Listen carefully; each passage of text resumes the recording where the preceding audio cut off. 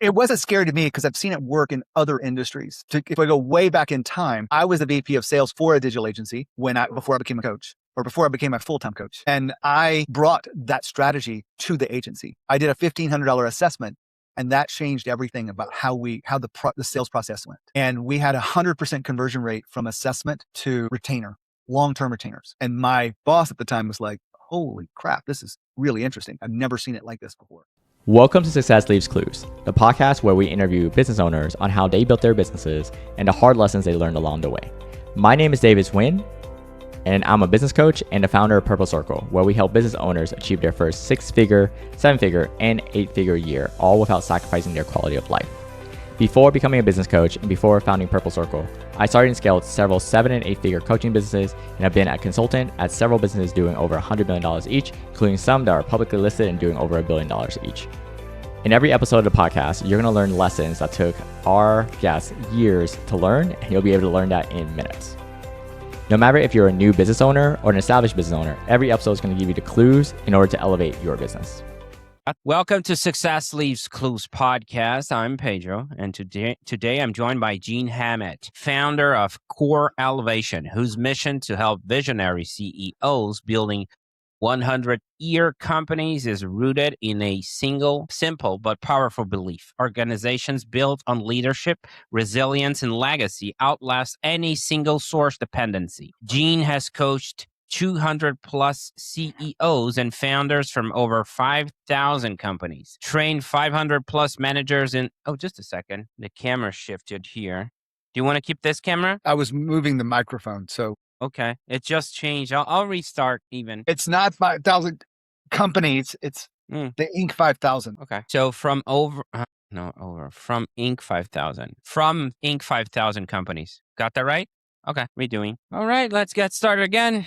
Editor, start recording here. Welcome to Success Leaves Clues podcast. I'm Pedro, and today I'm joined by Gene Hammett, founder of Core Elevation, whose mission to help visionary CEOs build 100-year companies is rooted in a simple but powerful belief.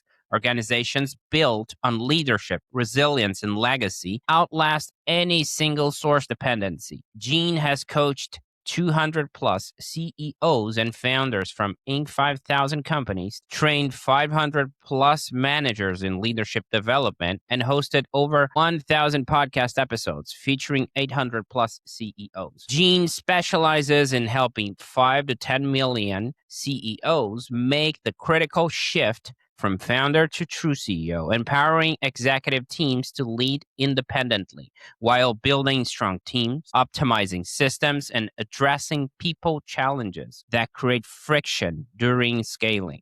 His featured talks, The Big Lie About Tough Conversations, and You Can't Scale Your Business Without Scaling Yourself, capture the core of his philosophy, that business growth and personal leadership evolution are inseparable. Welcome to the show, Gene. Pedro, it's exciting to be here. Excited to have you, okay? And I am, Gene, kind of a comic book nerd myself, okay? So I loved the origin story, the first edition, so would love for us to rewind a bit, because every coach has that moment where they look at their life and say, yeah, I guess this is what I'm doing now. Right. So when was that for you, Gene? 2010 was the year that I decided to commit to a new way of seeing the world and myself as well. And what drove you to make that decision? I'm curious. I think everyone has big moments that shift their lives. This was my biggest moment probably ever, probably even bigger than getting married and having kids and all the things that we do to transform us. But I was running a very successful business that I started in 2001. And in 2010, everything hit a brick wall. And in one phone call, I lost the business. I lost $3 million, and I lost my sense of confidence and even my identity of where I was and where I was going. And that's what kind of thrust me into considering coaching and following that path.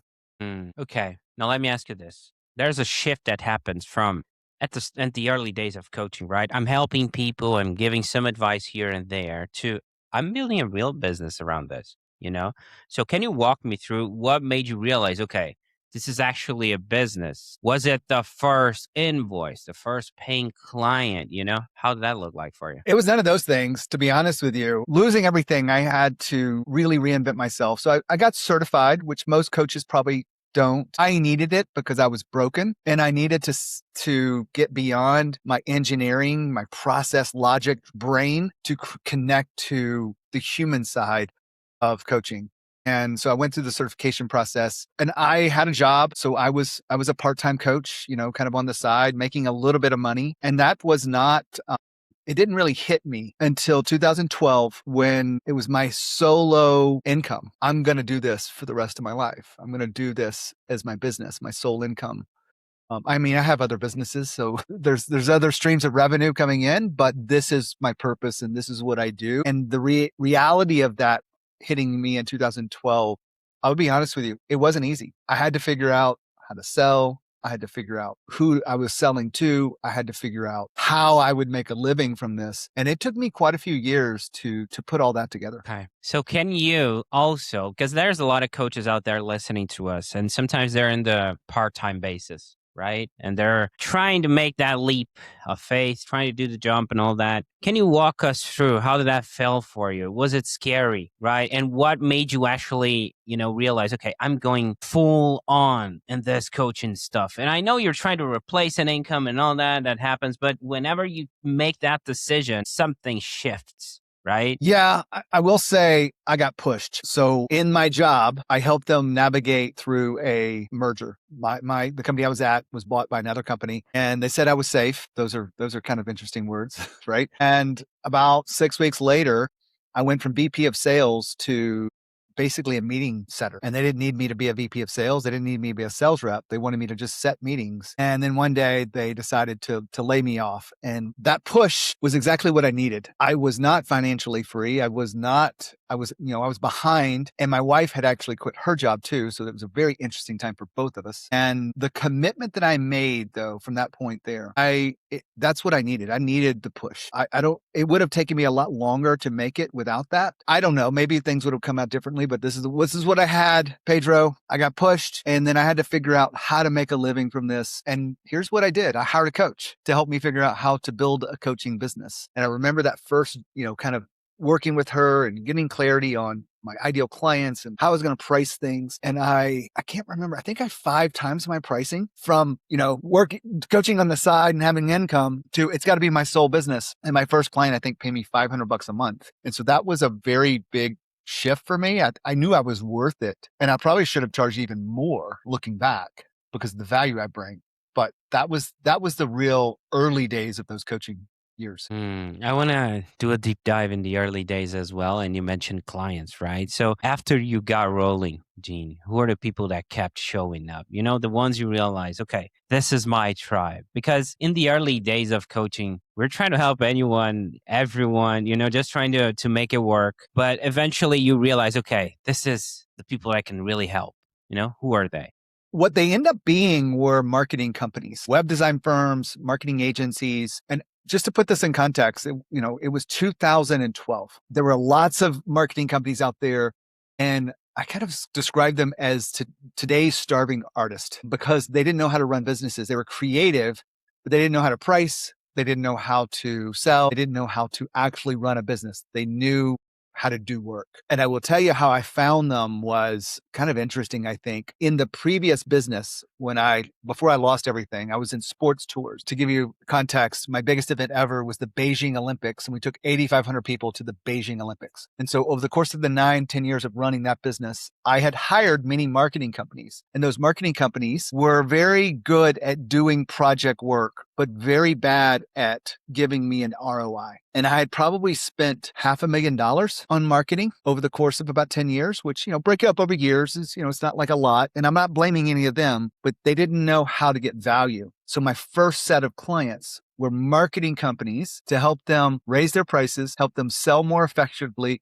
and how to position themselves as the choice, not a choice in their world of clients. Mm-hmm. Okay. Now, let's pretend I'm one of those marketing companies, okay? I'm your ideal client profile in this scenario. So, first of all, how would I be able to find you, Gene, so I can, work with you? Back then, Right now, marketing wise, right? Let's talk. I'm the marketing company. I'm looking for help. The help you can provide. How would I be able to find you? So, Pedro, we're going backwards. This is not my target market now, but for the sake of playing, I will answer that question for you if you want me to. Do you want me to? No, we can run with. So it started. Let's backtrack a little. It started with marketing companies. Okay, I got that. That was the early days. So who do you serve now? We have continued to serve marketing companies, but we've broadened that a bit. About, let's say, 7 years ago, I got to look up the exact time frame. I was working with 2 marketing companies, and they made the Inc. 5000 list. And for those of those not familiar with the Inc. 5000, Inc. magazine puts out a list. It's kind of a marketing thing, but they have you apply, and your growth rate, your revenue growth rate over a 3-year period is captured. There's some rules behind it. You have to have at least 2 million in revenue. And there's some other rules, but be privately held, all that stuff. But they track them from the fastest growing all the way through the top 5,000. And I had 2 clients make it. I don't remember their exact numbers, but they were in the top 1,000. Same year, been working with them, doing the same thing, helping them be the choice in the market, not a choice. And they were both pretty small businesses when I started, about 1 million or maybe even less. And so I was helping them do that. Now, as I grew through serving those clients, they kept getting bigger. And I got fired a couple of times, not for doing a bad job, not for actually being too good at my job, because they were like, we're overwhelmed with business. We can't catch up. So we need to pause the coaching. Or in some cases, they're like, we're overwhelmed. I went and hired some leadership coach to help me run my business. Now that was very disheartening to me, to be let go of these, people I considered friends and clients that were making a huge impact from the work that we were doing, and they were pushing me to the side. And maybe that's not their thought, but that's the way it felt.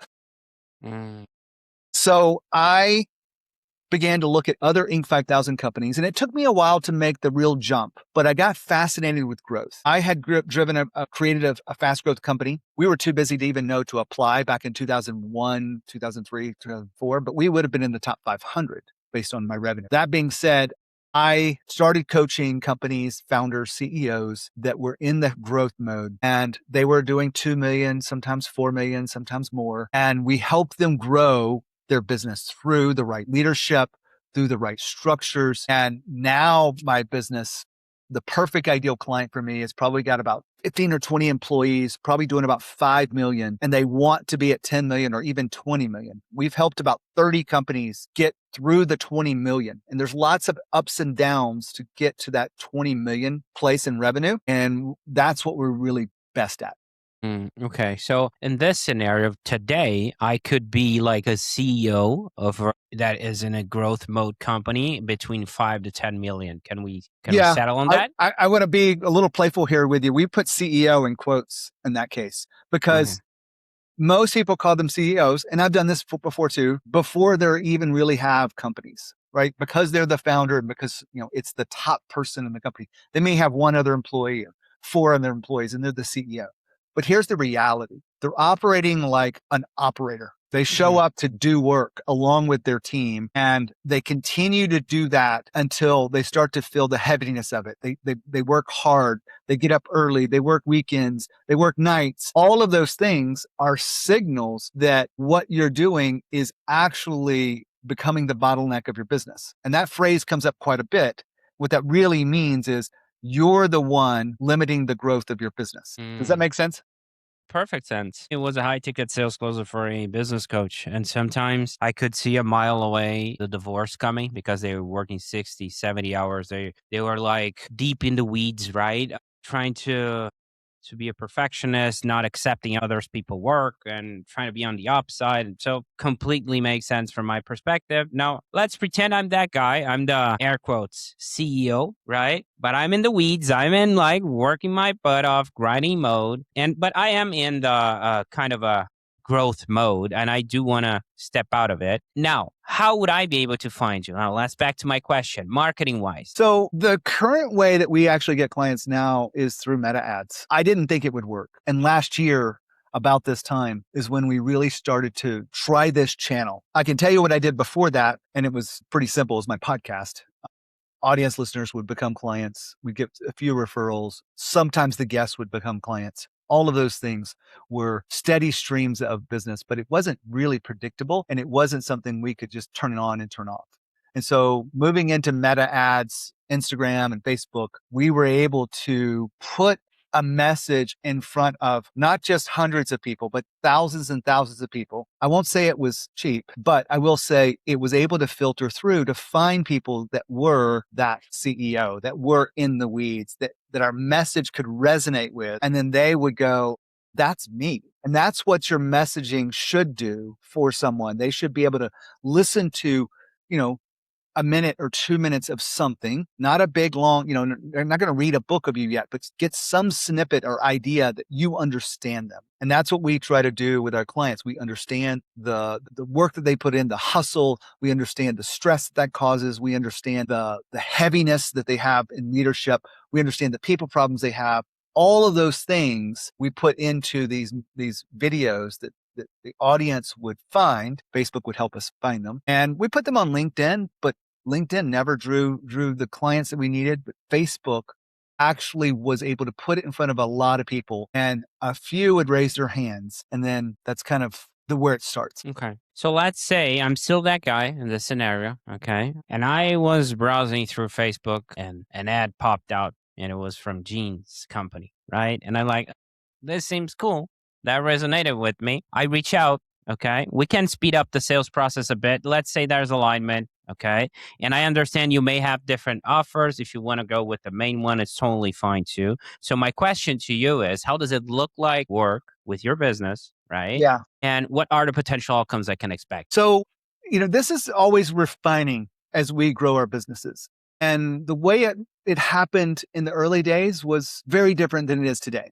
But today we have found something that I feel like really changes the game. And most coaches aren't willing to do this, or they don't know how, or maybe they're scared, or for whatever reason. This is what it works for us. So those ads lead to a workshop. Some people might call a webinar, but that gives us a deeper sense of connection. I'm actually the one that delivers the workshop at this point. Would I like to hire someone? Yes. But right now I actually enjoy doing it. And I'm talking with them, I'm engaging with them, but we're putting it in the context of our content and our frameworks that we use to guide them through the challenges, the mistakes, and all that stuff. So that's deepening trust and whatnot. But the call to action, the first very initial thing, is what probably most coaches would never do. We actually ask for a paid first meeting. We ask them to pay $497. We call it the Clarity and Courage Call. It's 90 minutes with me. And usually I'll invite another coach from my team. There's a reason for that, and we can explore that if you want to. But that's the very first way to do it. The reason why we do this, and I learned this from my days of helping marketing companies, they were sending out proposals, and those proposals would go on to deaf ears. They would get ghosted, whatever you want to do. And so we actually came up with a paid assessment for many of those initial marketing companies. And I was looking for it for coaching, and I didn't find it till about a year ago. And that paid assessment, my frame for it is, I want to make it the most valuable meeting you have all month. If you think about this, it could be the most valuable meeting all year. Talking about your business, talking about your people, talking about what's getting in the way. You paid for it, so you're showing up differently. There's a phrase I used to use with my clients. When money exchanges, the relationship changes. They're no longer guarded about, you're going to sell me something. There's going to be a discovery call that's worthless. It's real value. And so we do that in that 90-minute session. And then we're filtering to see if they're a good fit for our first real program, which we would call phase 1, the CEO Foundation. And then there's a phase 2 and beyond. Super interesting. A lot of questions. Okay. First one, I'm still that guy. Okay. I'm sitting down in that workshop and you're like, okay, so let's have a discovery call and all that. What have the paid assessment? And I'm like, paid assessment. What's in it for me? I mean, I wonder, what can we solve there, in that meeting? Can you walk me through like a common problem or issue I may have that you can kind of say, yeah, this we could potentially solve in that meeting, just so I can wrap my head around it? Pedro, you said that you have worked in a situation like this. We don't need to name names, but you were a part of this situation. And I know you're playing as the CEO today, but many times they come to that call because they're like, my team isn't getting the job done. They're not stepping up. They're not aligned. They're not going fast enough. Whatever it is. They're blaming someone else. My job is to listen to it. My job is also to challenge it. It's not the team, it's you. And so in that call, I'm here to not cast stones at your team about them not stepping up or being talented or whatever it is. I'm here to go, how did you contribute to where you are? And most of the time, it comes down to a couple of key questions that I've asked and over the years. And I learned this in my coach certification. Who are you being that's getting in the way of what you want? And I do lots of varieties of that question. Who are you being that gets in the way of being the leader you want? Who are you being that keeps you from making $10 million? Who are you being that keeps you from whatever? And that question gives them a chance to, they've never been asked it for first, but gives them a chance to think about how they are showing up, how they are truly being that is got a grip on them. What we find most of the time that it's some version of I'm reactive and that's not good. Like I'm a firefighter all the time. That's all we do. And I can't get to the real valuable projects. Or I am trying to control things. They're trying to micromanage. They don't realize it. It's a blind spot. Those two things show up so much inside of the work. There's a few others that show up regularly, but those are the two most dominating ways of being that people don't even realize. And when we share the insight around what has got a grip on them and we discuss it and we ask them to think about what they need to do to make that transformation, they're looking for answers about them, not blaming others. And that's the key. Okay. Now I'm gonna stop being the CEO. I'm not that guy anymore. I'm curious more about the coaching aspect to it right now. Okay. So first question. A lot of coaches out there, they're hustling and they're having a hard time booking calls and getting people to even show up, right? And there's a lot of scarcity mindset around it. And you're charging for the discovery call. What would you say to those coaches that are like, I'm not sure if I should do that, right? My number is going to drop, or even if they are, right? And was it scary when you actually started doing this way of charging for the discovery call? I'm curious about that. It wasn't scary to me because I've seen it work in other industries. If I go way back in time, I was the VP of sales for a digital agency before I became a coach or before I became a full-time coach. And I brought that strategy to the agency. I did a $1,500 assessment and that changed everything about how the sales process went. And we had 100% conversion rate from assessment to retainer,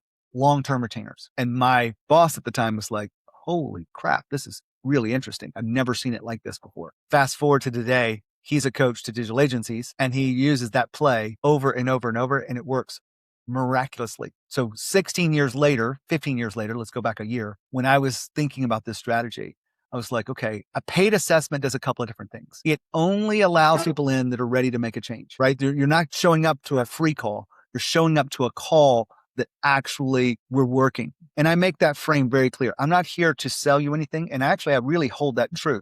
There is no sales offer in that 90-minute session. It is 100% of a working session. It is coaching. It is strategy. It is deep work. And that is why I think it's so valuable. I will tell you what's scary is what does it cost for me to put people in that call? And I've never really shared this with anyone. And I'll be honest with you guys, other coaches listening in. It costs me 2 and 3 times as much with Facebook ads as I charge for the client. And actually, if I think about the numbers, it's actually more than 3 times sometimes because it's not very predictable. And so you might be asked, why would you do that? Well, the $497 is a filter for commitment. It's also changes the way they show up. They're not there to be sold to. They're having a conversation about what's really going on. They're not holding back. They're going to go, all right, let me just tell you right now, Bob, which I'm making up, right? Fictional company, Bob is not getting it done. And they talk about Bob and they talk about whatever. And I go, okay, well, how are you leading Bob? How do you lead a turnaround of this? And they don't know. They can tell me what they've tried and didn't work. But was I scared? No. Would you be scared to do this for the first time if you're a coach? Probably. But I just know the value I bring. And I know that I'll give this just a little bit of context. I love Rolex as a brand. I like the watches. I like what they stand for. And you can't walk in and get a Rolex. Did you know that, Pedro? You can't walk into the store and can't get a Rolex? Yeah, kind of. So how does that relate to coaching? Well, my frame for this is if you are selling a service that the client selects whether they want to buy from you or not, that's a frame at which we are typically operating from a coaching standpoint. And I've done this for years and years and years. I'm trying to sell them and convince them to work with me to get some value, to get some output, to make, some promise. But what if I'm having a conversation and say, this is what we work with, and I do this call to filter to see if people are ready and committed. And if you are right, I'll invite you to work with me. So you're not choosing to work with me. I'm choosing to work with you. Just like Rolex chooses to work to who to sell to. If you want to go a little step further, Porsche does the same thing. You can't get a fancy Porsche, one of the top tier Porsches, by walking in and saying, I'll write a check. You can't even offer to pay more to get it. They go, we have a waiting list. We'll call you. Don't call us. And coaches, when they think about their business, they're running it like a Walmart. They just want people to walk in and select them. I didn't want to be a Walmart. I wanted to be more like Rolex and Porsche. People more often than not, they want what they can't get, right? There's also that Facebook. The start of Facebook, right?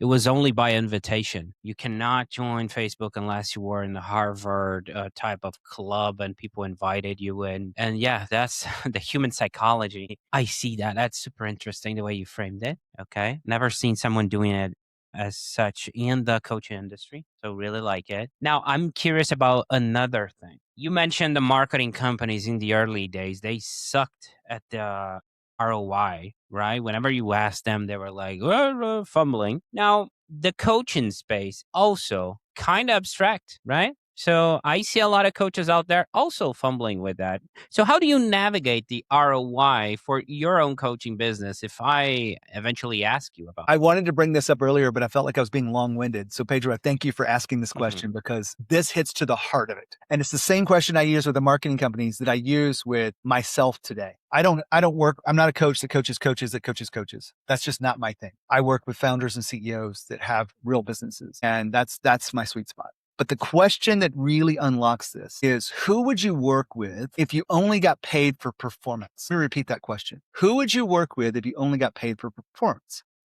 Let's look at this in the context of marketing. I had a client of mine who had, 20 different types of clients, lawyers, dentists, product-based companies like e-commerce businesses and whatnot. And I said, who would you work with? And he said, I would work with the e-commerce companies. I said, why?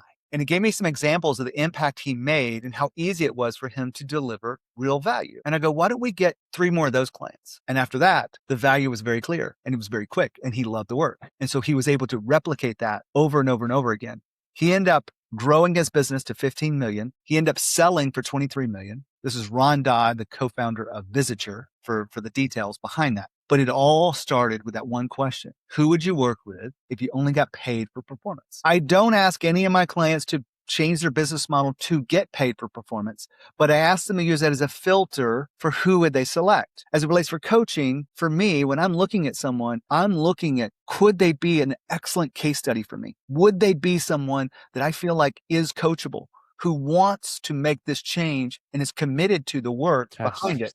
Mm-hmm. That is why I do the filtering process and the paid call, because I want to make sure I only invite people that can and want to grow to that next level and be better leaders. And that's not everyone. I love the question, the performance, because it puts you in check. It's like, ask yourself if you can actually deliver, right? And then you start from, you do it backwards and you're like, not, will I, it's like more like into you. Can you actually deliver? And then you ask that yourself and then you realize, okay, do I have a decent ROI or not? Right? Puts you in a mirror. I love that. Nice frame. Okay. Appreciate that. I'm sorry. I'm getting to a deep rabbit hole here. I'll hold myself back. Now, I'm curious about one thing and I want to shift gears for a second, which is future, right? So where are you taking all this, Gene? Looking ahead, where do you see the business going? Are you thinking about scaling, hiring even more people? Is there a next step you're excited about? It is. And I will give you just a little bit of context around this. I saw the business taking off years ago, 2020 to be exact. We created a leadership development program that we were really excited about and clients were loving. And they were, a lot of companies go, yeah, we love to invest in employees, but most of them don't really invest. But we found something that they wanted their managers to get real coaching. And so I brought on some other coaches to deliver this because I delivered it at first, built the model, and then I had some other coaches deliver it for me. And that was a way to scale the business. Here's the truth. We did that for 3 or 4 years when the markets were good. The last couple of years, we haven't sold that many times. People say they believe in investing in employees, but they've got so many other problems and fires and challenges and economic concerns and fears that they haven't been investing in employees or themselves, really.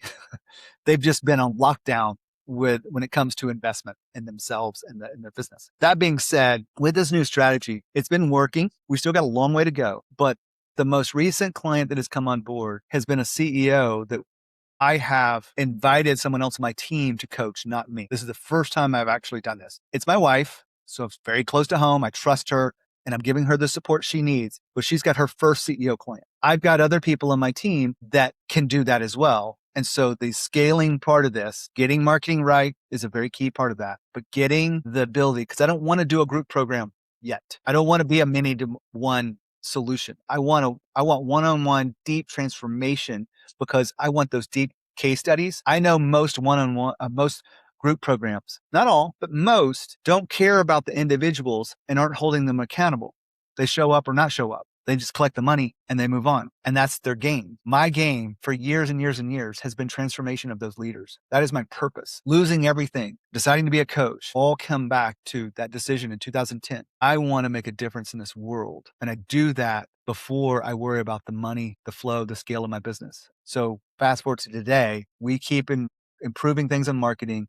And I see the future of building a business where I can have 3 or 4, maybe 5 or 10 other coaches using our models and our frameworks. We will hand them the clients and they will do the work. And so we're looking for more coaches right now that actually have experience with CEOs, want to coach under some new approaches using our tools, combining with their experience and their tools, and their intuition. And that's the next phase of the business, is to do that and scale it up beyond where we are today. Interesting. Okay. Now, let's pretend one for a second here.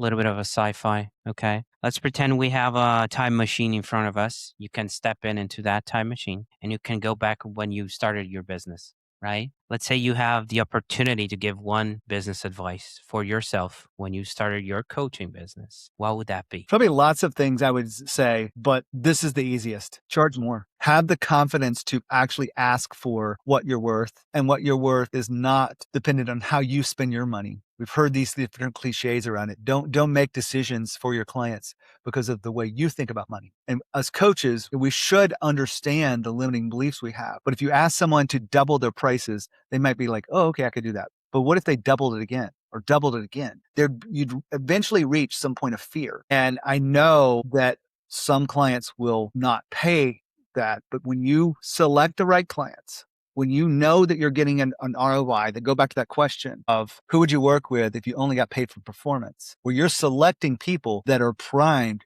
ready, committed to that growth. Hopefully those people actually have the money to invest in what you're doing, because that's the other part of the formula. But I would say charge more. And if I had done that earlier, I don't know where I'd be now, but I know that I wouldn't have stressed as much when I was growing my business and had those first initial clients, because it's really good. Like, you may think $10,000 months is like you make it. Man, I'd be stressed if I only had a $10,000 month. I'd be stressed at 20,000. I'd be stressed at 30,000, because it takes money to get clients. It takes money to run a business. It takes money. And so if I had one thing to go back, I'd say charge more sooner.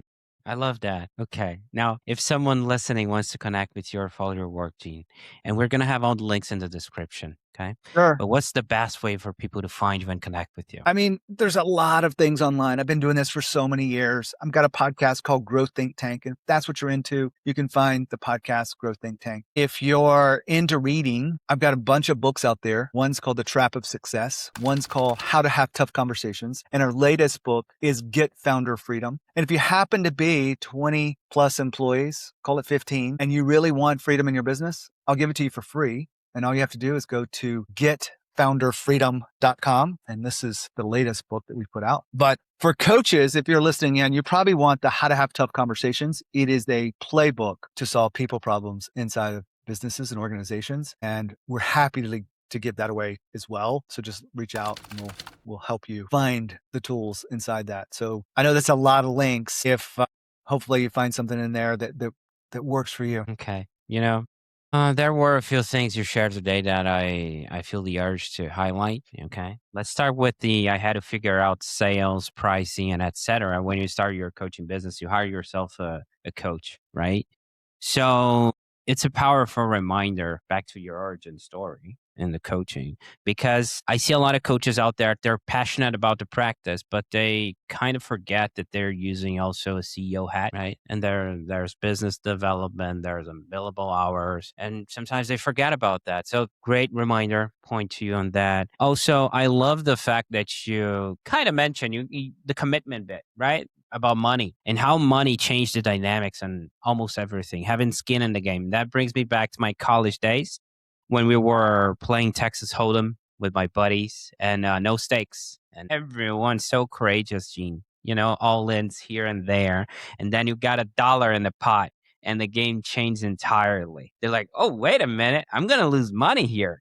So the keyword for money, for myself at least, is commitment, right? And I think you nailed that. Last but not least, I really like the frame about who you work with if you only got paid for performance, right? Which brings the question to yourself, because a lot of clients or potential clients, honestly, are thinking, can he deliver? So ask yourself, can I deliver? Right? And who would I like to deliver to also? Now, this is just my long-winded way of saying, Gene, that I appreciate what you do. I appreciate you being here and sharing so openly today. Okay? It was great having you on. Thanks for having me, Pedro. Love to share this insights and love to help anybody that feels like that our work would make a difference in their world. That's it for this episode. This episode, as well as this podcast, was brought to you by Purple Circle, where we help business owners elevate their business to 6, 7, and 8-figure years, all without burning out. If you're looking to grow your business, as well as get the time freedom that you are looking for, visit us at joinpurplecircle.com and see what we can do to help you and your business.